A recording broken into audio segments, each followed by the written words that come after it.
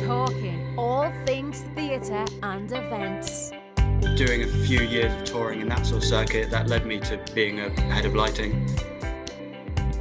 There is no replacement for the energy in a room where you've got a whole load of people experiencing something together. It's just extraordinary. So I was kind of in the right place at the right time on many occasions where someone would go, "Oh, do you want to come and tour with us?" The Stage Is Yours podcast. Hello and welcome back to the Stage Is Yours podcast with me, your host Cal Graham, joined as always by producer Dan, and we're talking all things theatre and events. On today's podcast, we're joined by Gaz Wall. Gaz is a stage manager, and we get into exactly what that means in the podcast. Gaz has stage managed shows all over the world, from Matthew Bournes' Swan Lake to the Olivier Awards and a number of shows in the West End. So enough from me, Gaz Wall, the stage is yours.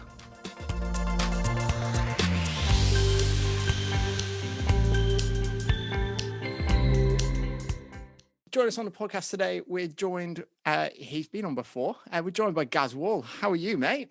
All right, mate, how are you? Yeah, I'm all right. I am all right. All things considered. So, like I said, you've been on before, but you were on what I call my catch-up podcast, because it was me, you, Erin and Sammy sat talking for ages for the first time in months. So it was somewhat carnage with Erin's tangents and stories thrown in there. Chaos. So we'll probably touch over some stuff that we had before, but that's absolutely fine. So let's just talk a little bit about yourself first, mate. In normal times, you are a stage manager. So how was it you ended up being a stage manager? Oh, wow. Long old road to that, mate. I think, so I'm just moisturising my hands because that's all right. Working on a test site, my hands are like, it's like they've been dipped in a chip. Anyway, not that anyone's interested in that. Yes, mate. So I started off sort of humble beginnings, really. You know, tiny little theatre in Manchester called Tameside Hippodrome, and I actually started off there as an apprentice carpenter. So I was just basically sweeping the stage for about 6 months, and then I was doing my apprenticeship at Rocket and Splinter. And then kind of went from there, really. I was sort of started my career there, and then moved over to the Opera House in Manchester. And I was the flyman there for about 4 or 5 years. And I'd kind of leave and do little tours and stuff like that. Did quite a lot of rock and roll from that venue. Because back in the day, you know, people would come in and sort of pick locals up to go on tours with them. Yeah. So I was kind of in the right place at the right time on many occasions where someone would go, "Oh, do you want to come and tour with us for like 6 months?" And I'd be like, "Yeah, all right then." So that kind of took off from there, really. I ended up going on tour with the Spice Girls for a little bit. When they did their comeback tour, it was one of their backline techs. And worked with the Gorillaz 2005, did their first live shows. So I kind of stuck around in Manchester for a while. And then I did basically progressing through my apprenticeships as I was working. And then I was doing a lot of management training for Live Nation, which was a company I was working for at the time. So they'd kind of send me out and do all my courses and the usual kind of management spiel. And that's when I moved to the West End, 2009.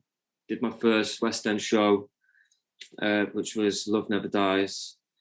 So that was like a complete change. Like literally packed up, took the plunge, and moved out of London. It was kind of a bit of a chance meeting, really. I was down in London for meetings, and I met up with a very good friend of mine called Tony Wyatt, who we'd worked together on many things over the years, and he was working on Love Never Dies at the time, and he said, you know, if we introduce you to a few people there, and did that. And the next week they were like, "Do you want a job?" So that was it.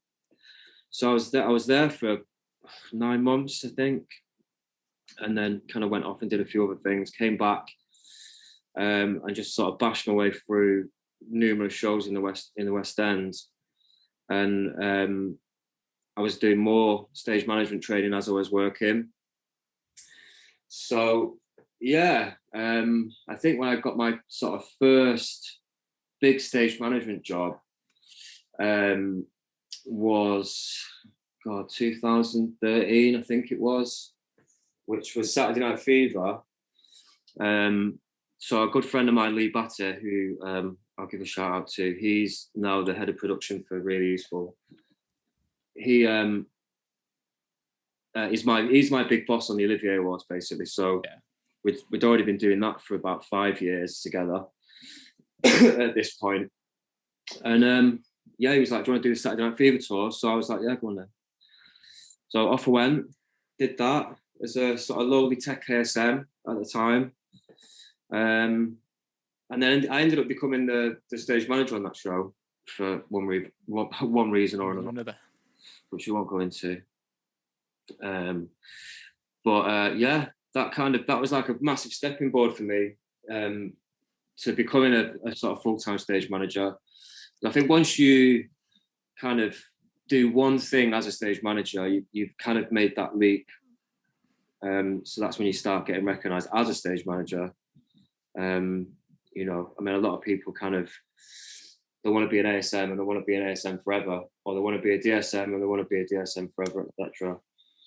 Whereas a lot of people will go ASM, DSM, stage manager, company manager, whatever you want to do. So yeah, I think I kind of got that little sort of bit between my teeth, and then it went from there really. But to be honest with you, I did kind of go back and forth in the stage management world of being a stage manager, and because you know you've got so many people that might have more experience than you or whatever, you do end up sort of stepping back and being an ASM again, and you know, stuff like that, which I didn't mind at the time. I was like, it's all experience. So I think when it came to really becoming a stage manager is when I opened McQueen at the Haymarket, and that was my first West End original as a stage manager that I opened, and that took me like 11 years to get to that point. So it took a long time to get there. But, yeah, absolutely. And but it's like you said, but there is a big difference between inheriting a show, if you want to phrase it like that, of kind of one that's been there and done it before, and it's just tweaking it to how you work personally to, okay, this is the first time it's ever happened. I'm working from scratch. Of course. So it's a big jump in that. And it's the same when I think, and then obviously that difference between touring West End nature, that kind of on the surface, as far as the audience is concerned, shows might look exactly the same, whether they've seen it in the West End and then seen it out on tour. But from a lot of other points of view, it's a very different animal and thing that we all kind of have to deal with, really. Yeah, absolutely. Yeah, the difference between, you know, doing a touring show and being in town is quite big, actually. You know, just the dynamic of it and stuff like that, and how it all works. And I think doing a West End show feels more like a 9 to 5. You know? It's a little bit more of a fixed kind of schedule, and and you're in the same city. You're not in a different one every 1 week, 2 weeks. Yeah. It's almost like it's a bigger. I feel like the West End's sort of a bigger machine to operate, because you know you have so many different people coming in and out of a production. You know, you've got your core teams, but then you know a lot of the time you've got depths, and you know, just keeping on top of that is sometimes you know, it's like a conveyor belt. Like what are those doors called? Revolving doors.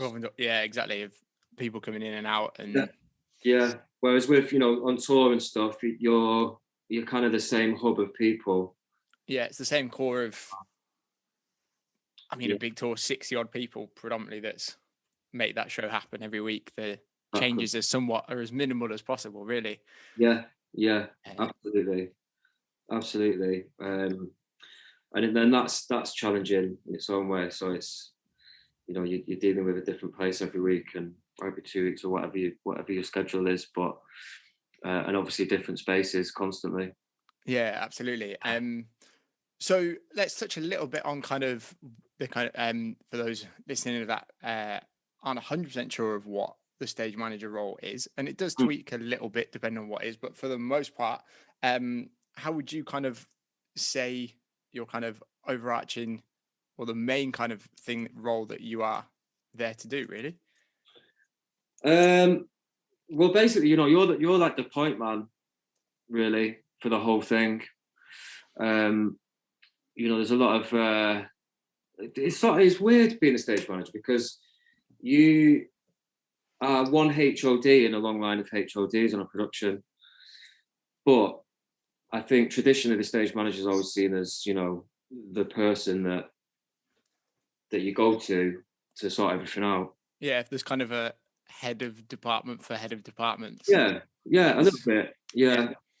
And I think for me, and what I've kind of always been taught and experience wise is that your main job is to make sure that production is delivered to how the director or the creative team want it to be delivered, day in, day out.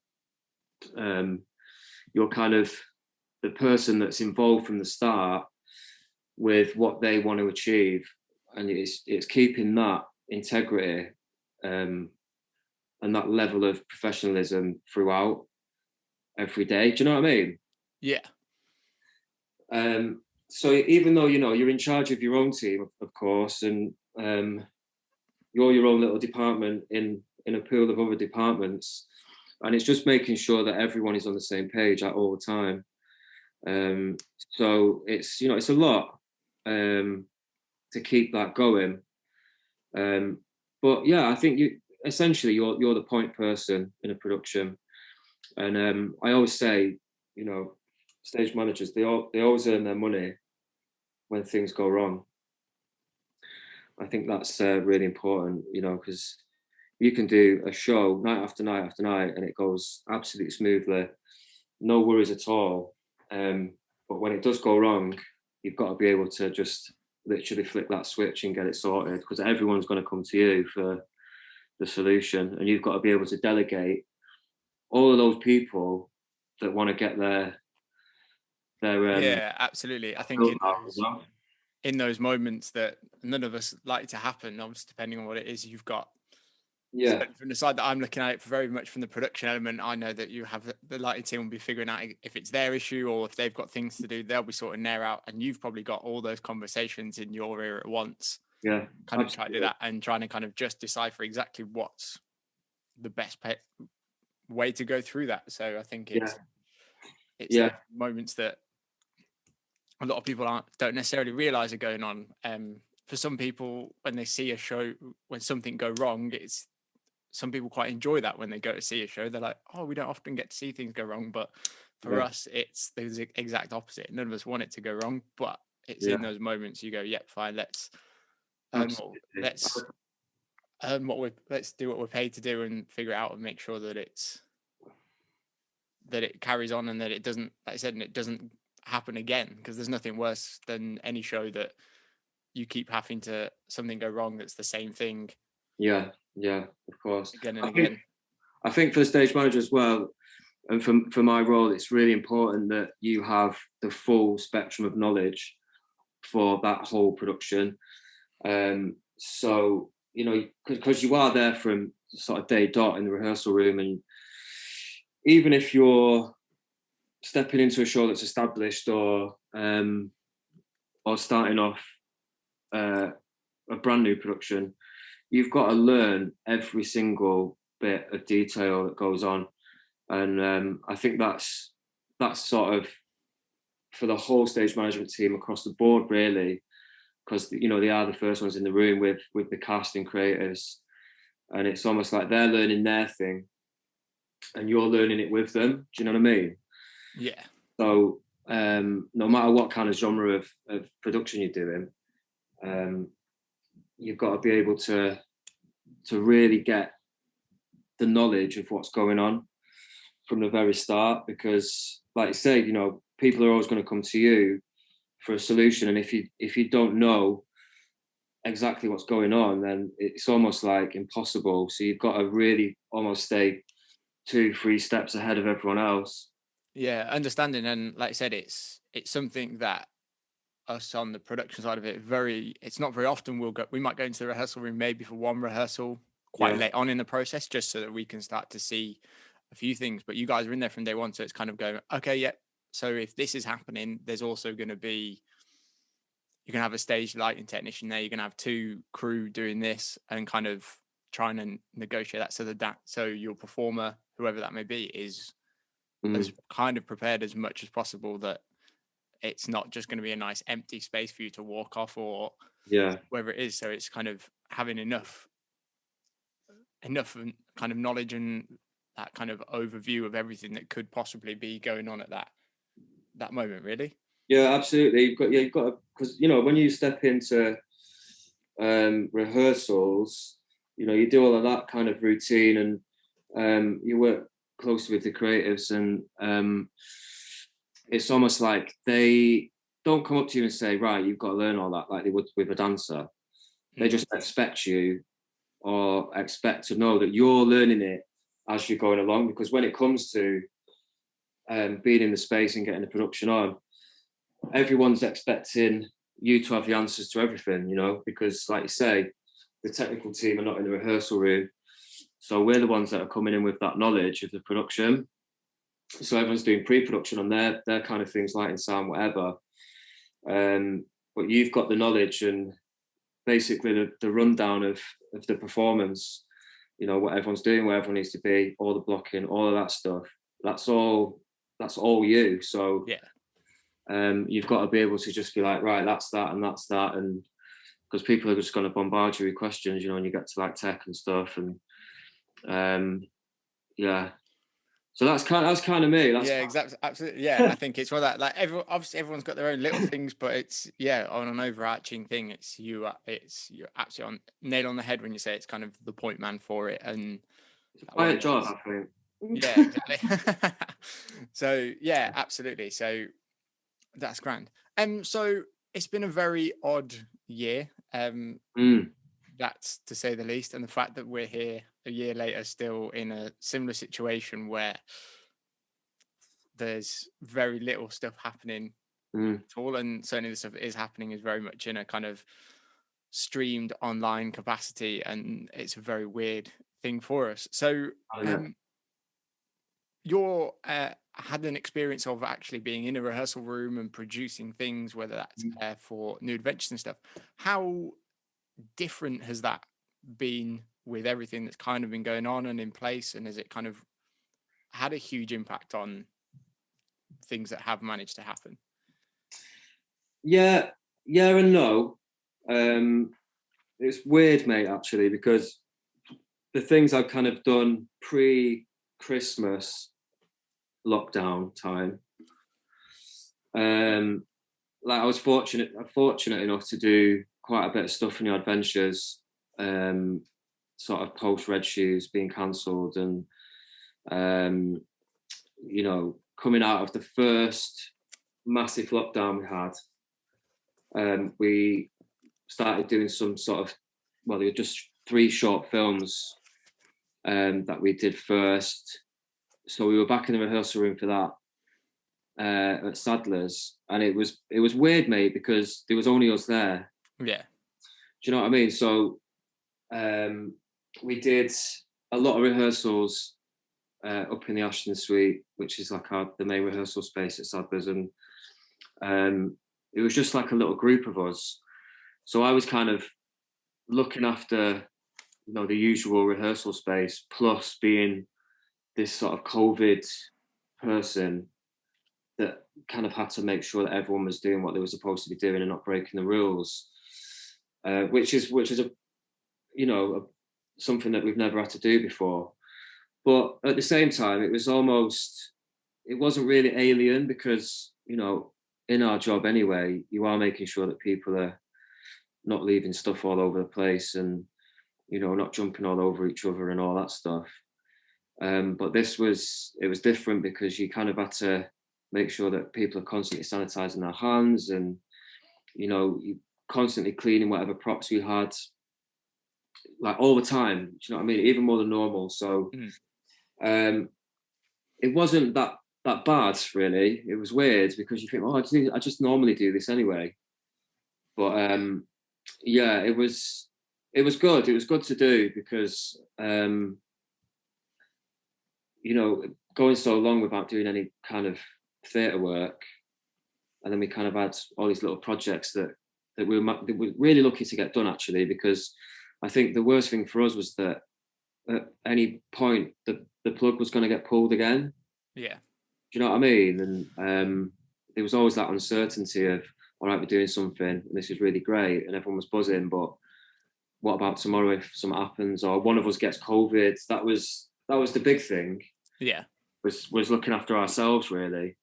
But you know, it was all good in the end. Everyone survived. Everyone got without getting COVID. And we did a bit of traveling around. Like we did some little shoots around London, and then we did one down in Hayling Island near Portsmouth, which was great. Yeah. And then we did a little thing called Spitfire, which was one of Matt's earlier shows, which was just six of the boy dancers and me, basically. And I think that was the weirdest thing, because we started getting a little bit bigger with the production we were putting on. So we've gone from just a little group doing little short films, which was challenging in its own way, because we had the film crew and we had, you know, Kaz from social media, we had Alex from the office, who was kind of fronting all these projects, and then you just had me. So when we did Spitfire at Sadler's, you know, there was me, Matt, Etta in the room, plus the 6 boys coming in and out, and we kind of stagger their rehearsal time. So, you know, we didn't have, because we couldn't have too many people in the building. Yeah, absolutely. But it was actually really calm. You know, normally you go into a rehearsal room, it's honestly, God, mate, I've got to be honest, even after 15 years, the first day in a rehearsal room is the most nerve-wracking day for me. Even now, I still get the same level of nerves walking into a rehearsal room on a show, because it's so open and you're just exposed, and you know, it's almost like being at school a little bit. That first day at school, but hence why everyone says it was my first day at school today.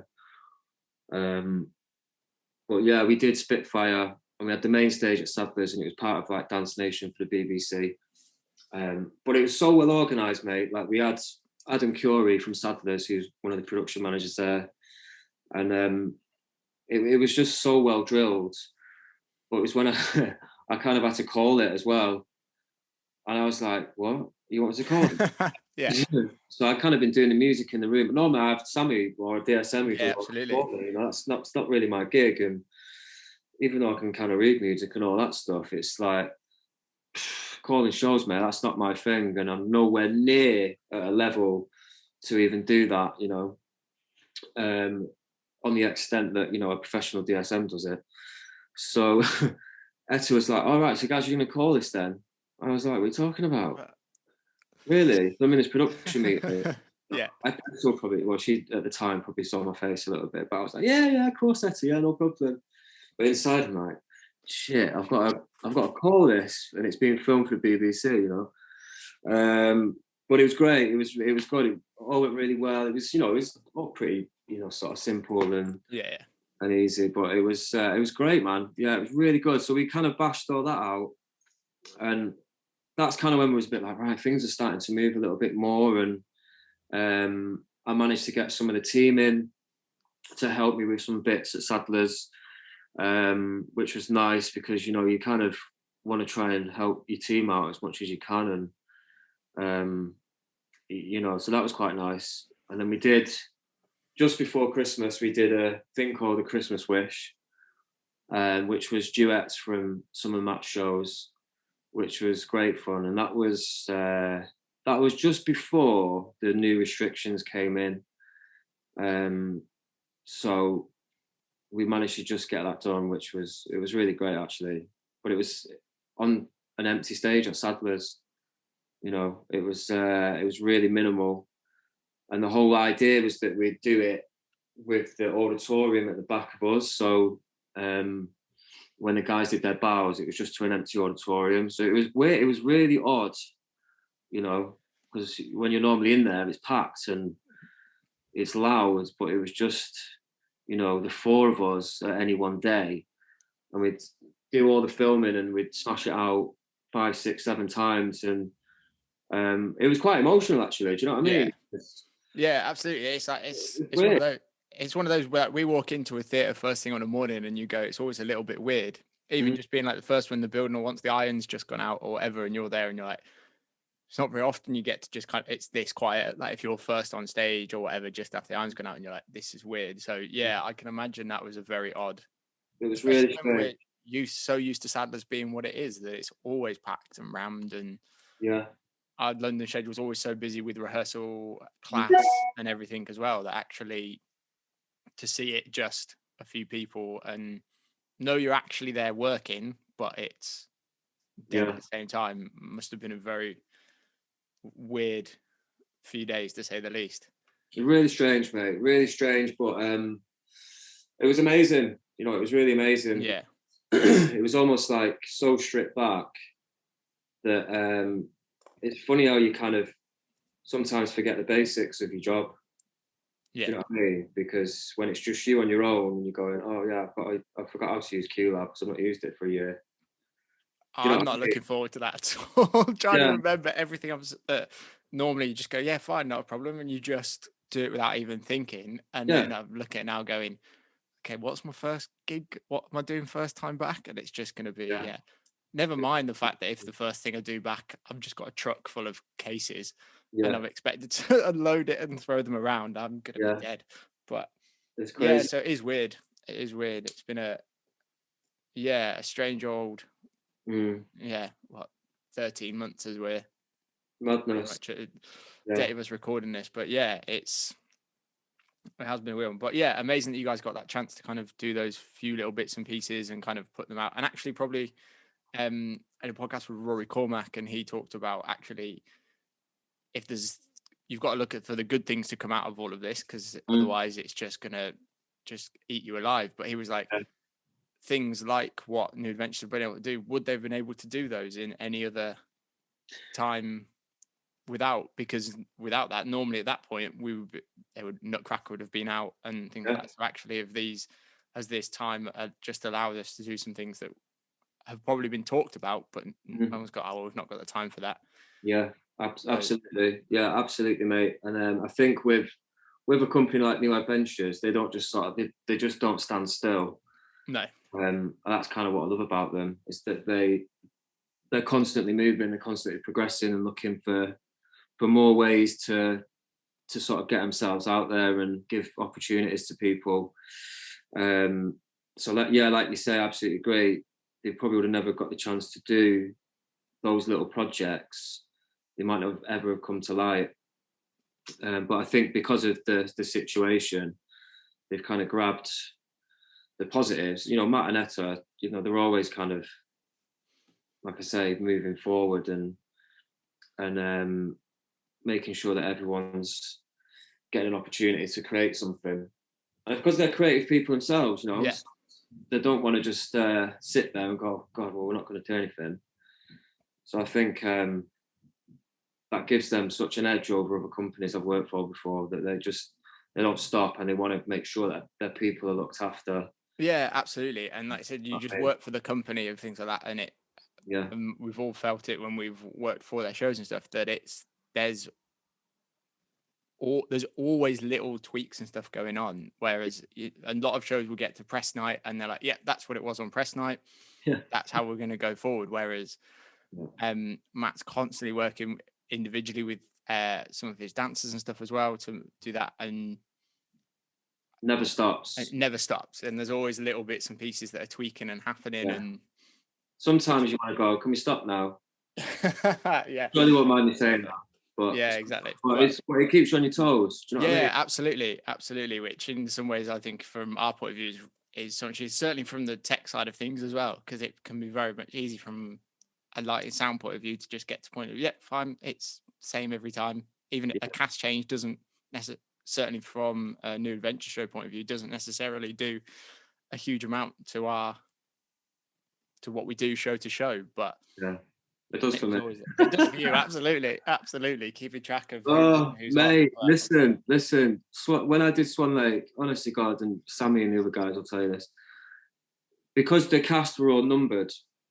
Yeah, they all had, apart from the girls had their titles, but they all had dual tracks, like 3-4. They cover 3-4 numbers, and at first I was like, oh my God. I mean, I've been in rehearsal rooms where you've got people with bibs on and all that stuff, but this was like another level. And I was like, right, so you're number 4 and you also do number 8 and you do number 12 and blah, blah, blah.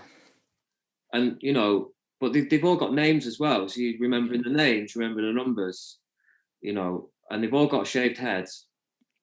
So, I mean, that was a shock, because we'd done a big chunk of rehearsals and I was doubling up at the time. I was doing another show in the West End and in the evening, so I was doing Swan Lake rehearsals in the day and I was going to do my show in the evening. So I still had 2 consecutive things and all this information. Luckily, the shows in the West End I've been doing for like 18 months, so it was like second nature. But I was learning all this new material for Swan Lake, and I remember kind of leaving the rehearsal room one day, went to do my show in the evening, came back the next day, everyone's got shaved head. I was like, what's going on? Yeah. What's going on there? Hang on. I was like, whoa. So I think I was doing the ticking that day. I said to the other guys, right, I'll do the ticking tomorrow morning, because I was leaving early, do you know what I mean? So I was like, I felt a bit bad, them doing it all the time. So I'd come in and I was literally, right, everyone stop. And I literally had my headshots, and I thought, I might as well just throw them away. Yeah, they're no use anymore. I was all the girls, but they were fine. I was like, yeah, you're you. But that was crazy, with the amount of work that went into that and remembering who's doing what. I think with swap outs with the cast, and tech wise the show was fine, like you say. It ran as how it ran.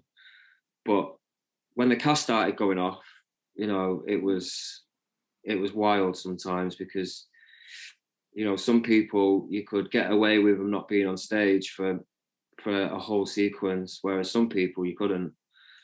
So it was kind of, getting someone ready. And me and Sammy had this whole kind of countdown, basically, of if someone went off, it was like, we've got like 4 minutes to get the next person in.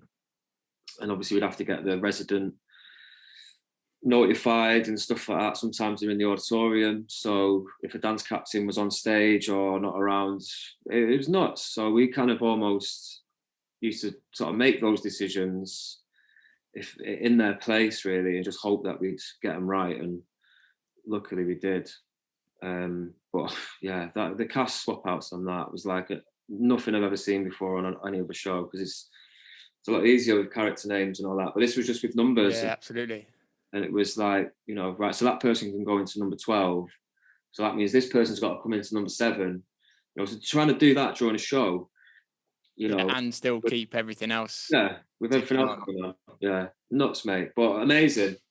Yeah, absolutely. That's how you earn your money. That's why you earn your money. Yeah, earn your money. And it's these kind of challenges that you don't realise are going on or whatever happened, because everything looks so smooth on the things that, and I think I said it in the first podcast you were on with myself. It was literally that it would be amazing sometimes if on the DVDs and stuff you could watch the show, but hear what we're all chatting through. Yeah. Admittedly, there would have to be a lot of warning to us, like that chat's going on, just to keep it clean. But yeah, it's just to even hear on what is in theory a perfect show, just quite how much there is kind of that we're all kind of communicating, talking through, even just little things like, is that happened yet? Okay, is that clear? Is this? Yeah. All those little things that are going on, that it's someone from the audience might think, the performers are miles away from that. It's fine. They're nowhere near. It's all just happens wonderfully smoothly. And it's, yeah. And that's the thing that, like you said, is the differences we touched on as well between touring and West End. That unique challenge of touring that there's a chunk of your team that changes every week. Yeah. Who have to learn the show in maybe 1-2 rehearsals. One afternoon. In an afternoon. Yes, it's my birthday the week. Yeah. Tuesdays. Everyone's favourite Tuesdays.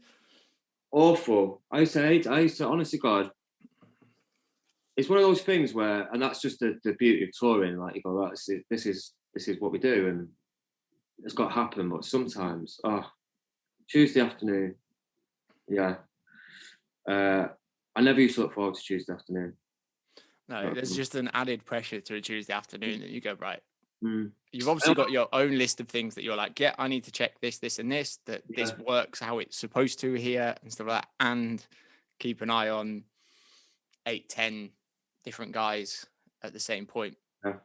Luckily, I think for the last 2 tours being Swan Lake and Red Shoes, and I think traditionally how New Adventures work with that whole system is that the carpenters would look after the crew. Mm. So I feel like I was spoilt a little bit with things like Swan Lake. You know, I had Pete originally, and then Steve and Chris. You know, they would sort the crew out basically. So I was free to do the nitty-gritty of my job and make sure that the cast are all right and everything's moving when it should be moving, etc. And so I almost didn't really have to worry about what was going on with the crew because I had an amazing team of guys that would. Yeah, I think New Adventures do it really, really well in that they will quite happily kind of rebalance how things operate to just kind of free things up, because having you that a little bit freer means that you can focus on a few of the little bits and pieces, and it's kind of, it just balances that out a little bit more.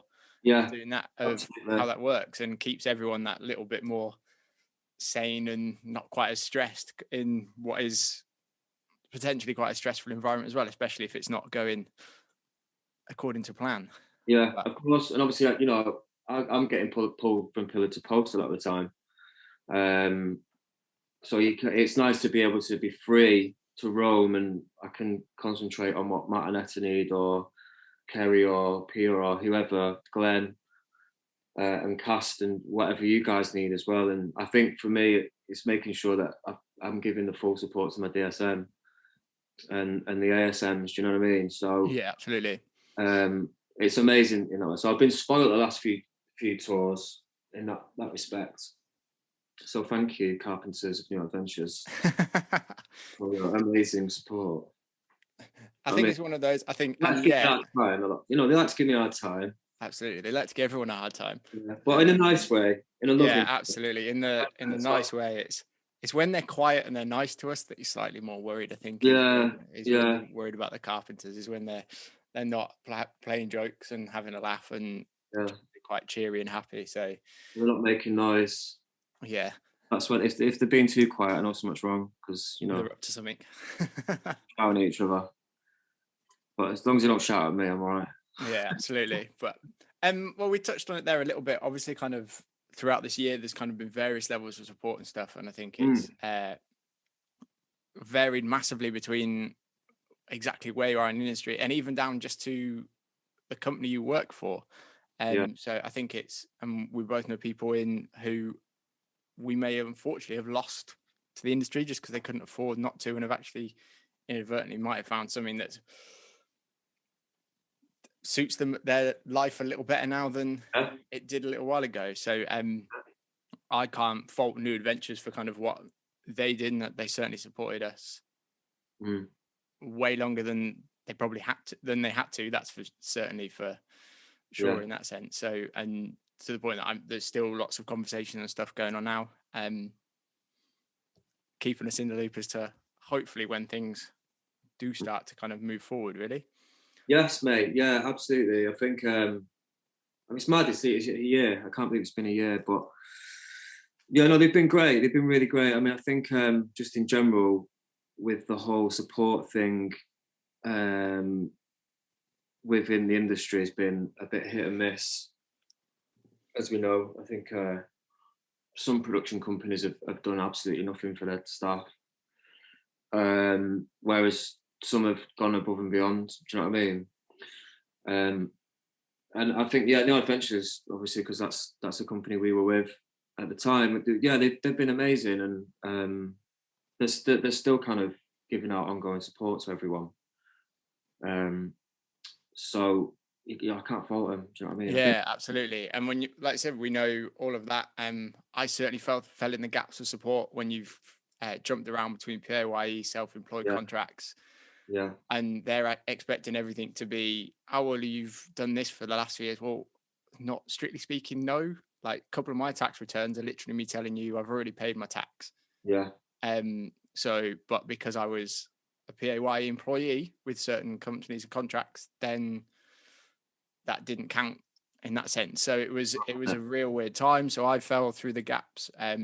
Yeah. And even then, certain parts of the support package weren't ideal anyway, and kind of didn't necessarily match up to what you wanted, what you wanted, and what you were earning anyway, and what your supposed losses were. You could, and I think it's it. And yeah, just the simple difference is there was a really weird one, that the one in Scotland at the time was it had to be that you were based on your earnings in Scotland for certain things. Like so certain companies who did touring freelancers who actually physically earned their money outside of Scotland, that couldn't apply to what they could apply for in their losses. So it was a really weird kind of,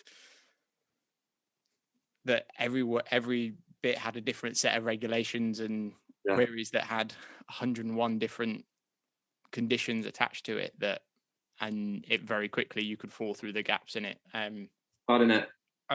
Has led a lot of us to doing that, and ultimately going off and having side hustles and stuff and things that of doing that. But you got to survive. That's it. Yeah, absolutely. And I did a podcast with Anna Saunders a couple of weeks ago, and she said it was amazing. She was like, and I said I didn't know which was worse for her. She's deputy head of wardrobe on 9 to 5, and literally said, well, we opened for 4 days in December and had to close again. And I said, I don't know what's worse, just still staying closed or getting to open for 4 days and then having to close again.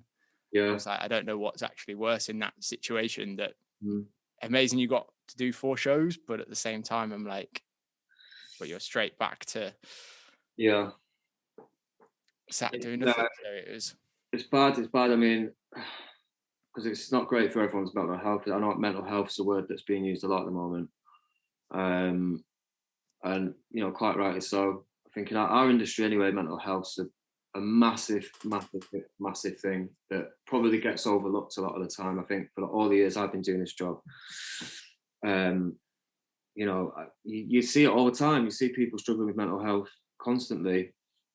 Personally for me, I don't think it's anything I've ever had to deal with, thank God, but I've worked with people who've struggled constantly, with their mental health, and for one reason or another. And with that kind of situation of, being told you can go back to work and then 4 days later you're closing again. I know it's for the greater good of the country. And absolutely. I totally get it. But it's almost like, do you know what? If you weren't that sure, shouldn't have done it. Because everyone's gone, right, buzzing, we can go back. And the preparation, as you know, that goes into just reopening it. Yeah, of course. Things have been sat there for months and months and not been used. And you've got to make sure that's safe and getting it all ready for it to then sort of be pulled again. It's just, mate, it's rough. I think a lot of people, I'm trying to sort of stay away from social media a little bit recently because it's just mental. But I think just from seeing what was being put on there within our industry was just, I just felt so sorry for people that had gone back for literally 4 days, 3 days, whatever. Yeah. People doing announcements on stage to that audience saying, we opened yesterday, now we're closing tonight. It's mad. It's just crazy. It's nuts. Yeah, absolutely. And I think it was just that kind of point that we were like, and knowing that. And I think there's a lot, hopefully, that our industry coming back, there will be some changes, because I think everyone's kind of realized that kind of work-life balance can be much better. Probably it's now gone completely the other way in the last year, that everyone's had much more of a kind of home life balance and realized, well, that should be that. So I think there's certainly that, and there's the new Reset Better, I believe it is, campaign that are trying to kind of come through and kind of make a few changes and stuff. And I'm like, there are definitely some things that I think we can all do a little bit better.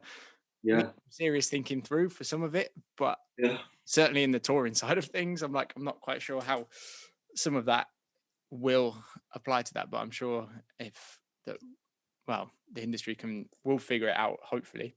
In that sense. So just to kind of balance things a little bit, but hopefully, mate. Hopefully so. I think for me, we're going back to the work-life balance thing. The last sort of 4 or 5 years for me, I think because my career has just been going up and up and up and up, my kind of sort of personal life really suffered, and relationships and stuff like that. Being in a long-term relationship, I kind of was like, you take it for granted a little bit, and I'm away with work, I'm having a lovely time, I'm getting nice credits, I'm getting good feedback about my work, and I'm going to nice places, I'm getting paid nice money, and you're having just having the best time ever, even sort of getting into my late 30s now, aren't I? I'm thinking, God, I used to do this when I was like 23, and I'm doing it again when I'm 37, and it's crazy, because when you're in the West End, you can really balance that life work thing a lot easier on tour. I went nuts, mate, the last 2 years. I was having the best time, even though I was like, I go to work, I do my gig, and I was I kind of have my own sort of routine, as where I wouldn't really go too crazy, or I try and keep my relationships with the cast on a sort of more professional level, but I'd never kind of let them see me go out and get paralytic or whatever, because I just didn't have like you say, you're the point man, so you want to keep that level of professional without sounding boring. I just think it's really important to have that relationship. But I honestly, God, I think my life side of it really suffered, but it's all fine, everything works out in the end. But I think with this whole lockdown and stuff, you do realize how important your life is. Like, I took so much stuff for granted, and then you think, all right, this is what having a life is like. Just having some time and being in one place at not like being out on the road and stuff is bad. It's amazing, but you do forget about your actual life and your responsibilities that you have, whether it's houses or relationships, dogs, whatever. I kind of had all that going on, but at the same time was having the best time out on tour on the other side of the world. So when it kind of all came crashing down with the pandemic, I was like, oh my God, like, you don't realize until something happens. And I think for me, it's definitely changed my perspective on stuff.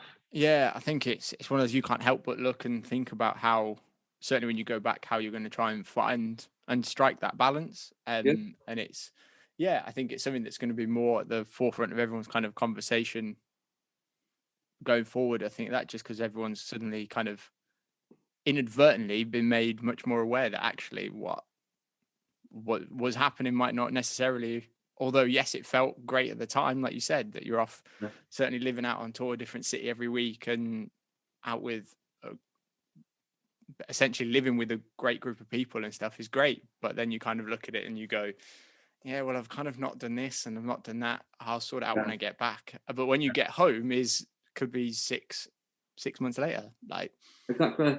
It's mad because I think with UK touring, I think because I'd done it quite a lot when I was younger and did the whole tour bus thing, and I've done all of that kind of going absolutely nuts on a tour bus and not going to bed for like 2 days, and then being part of that whole environment. But when you 22, 23, you don't care because you're young enough and you're fit enough to handle it. But so I think when I took on the Swan Lake tour, I'd not done anything out of the West End for like 5 years.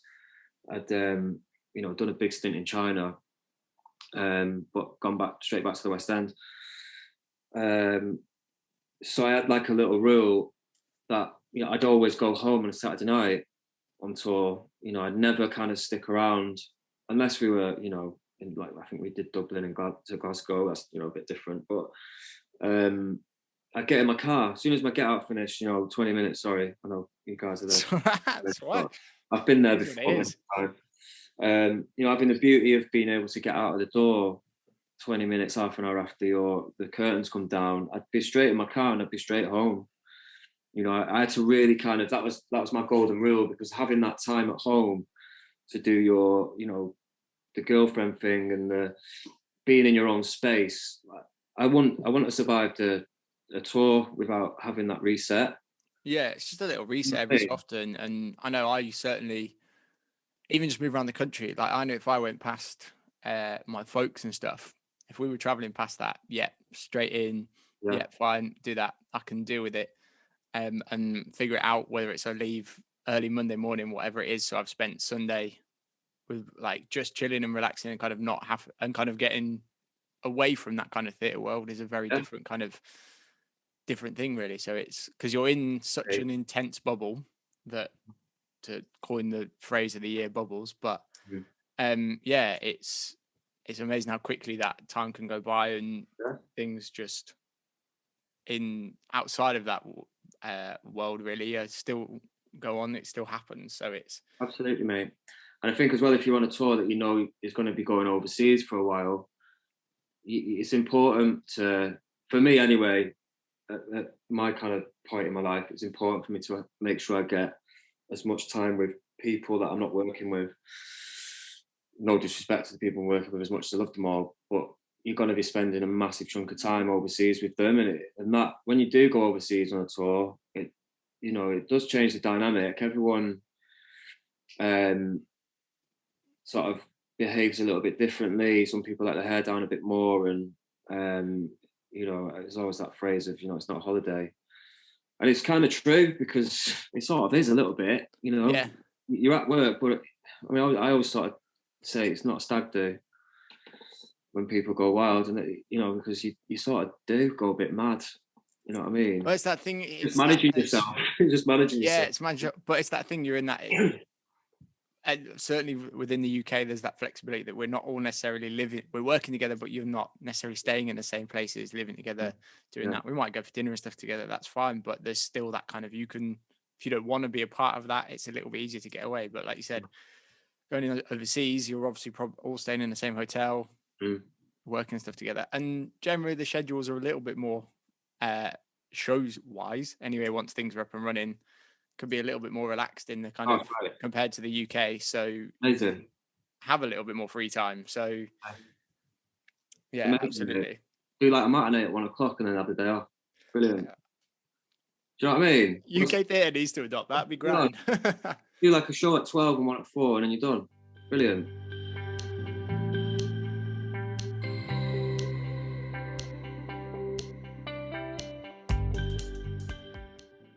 Well, let's jump into the last bit of these questions, and then we can wrap all this up. I'm going to gym. I'm going to gym later.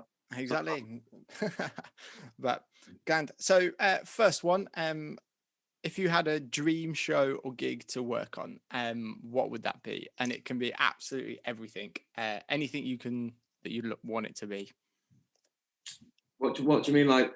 So Rory answered this question a couple of weeks ago of if he could go back in time and go to the first Woodstock, that's where he would want to go. Oh, right. If he could do because I phrased that and he was like, well, if I could do absolutely anything, that's where I would have wanted to be, or I would want to be. Easy, mate. I'd go to Spike Island, Stone Roses. Yeah. There you go. Probably one of the worst sounding gigs ever. Iconic for Monkey as well, Absolutely. I think it's as soon as I've started to think more, like chatting to more people with this question and kind of going out, like actually when I thought about it, then I went, if I could go back to anything or any event or whatever, then it suddenly starts to change it a little bit. And yeah, would be amazing to go back to something 20, 30 years ago that was just that all we've seen is photos and really grainy videos of. But you're like, would be amazing to get a chance to experience that. Yeah. So next one, what's your go-to post-show snack? The obvious one being the pint in the pub afterwards. Yeah, maybe too much sometimes. A little bit. Monster Munch, beef Monster Munch. Always have them on me. Always. Terrible. Got a diet of a 15-year-old. Shocking. Yeah, but Monster Munch just in the level most of the time. Yeah. Or I do like a double cheeseburger from McDonald's. Mate, how do you feel about a triple cheeseburger? I had one a few weeks ago. It was too much. Yeah. No need for it. That's why I have to go to the gym, Callum, you know? There's, I can play so much golf a week, but still don't get rid of the back fat. Yeah, true. There's only so much to do that. And London, your courses are a little bit flatter. Come do some links golf in Edinburgh. Well, yeah. At my golf club, mate, there's not one hill there. Amazing. Amazing. Love it. And final question. What's the one thing that you know now that you wish you'd known years ago that probably would have made things a little bit easier for you? Oh, God, that's a good question. It's hard. Do you know what? It's hard. I feel like I've been really lucky in my career that I've always been given really good advice. People ask me this a lot, especially like graduates and placements. They always ask me this question. I don't know. I feel like when I started my career, I was always in the right place at the right time, and I was always surrounded by amazing people, and I just had the best mentors that gave me amazing opportunities and gave me just brilliant advice that's always stuck with me. So I don't know was my honest answer. I think I've like I say, I've always been given really good advice, and it's always served me really well. Yeah, absolutely. I think it is just kind of listening to those around you and kind of those that have been there and done it. They've been there and done it for a reason. So yeah, absolutely. And I think as well.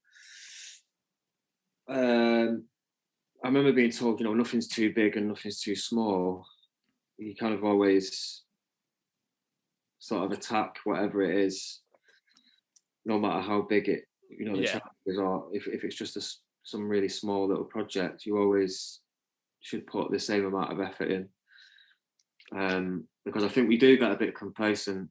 I can go from doing a huge musical or, doing the Olivier Awards every year, which is, literally afterwards you're just so drained because of the pressure of it, and to then doing like, a tiny little fringe play or whatever, just babysitting a little play, and you just think, oh, this is all right. I don't need to concentrate that much on this. But really you do, you have to concentrate. And as soon as you switch that mentality off, that's when things go wrong, and that's when you just become not so good at what you do. I think that's the big difference, I think, with people that are really, really good at what they do and people that are, just sort of coast along. The people that are really good and progress never drop their standards, and I think that's just a huge, huge part of what I do for a living. Yeah. And I really kind of stand by that notion absolutely. of operating. Do you know what I mean? Yeah, absolutely got to be. Mate, it's been an absolute pleasure. Yes, mate. Catching up and chatting. Yeah, absolutely grand, man. Thank you for listening to the Stage Is Yours podcast. Want to know more? Then head over to all of our socials. You can find us at Stage Is Yours Pod, where you can catch a cheeky glimpse at some of our upcoming guests, and subscribe to our YouTube channel to make sure that you never miss an episode. This has been the Stage Is Yours podcast, talking all things theatre and events. Until next time.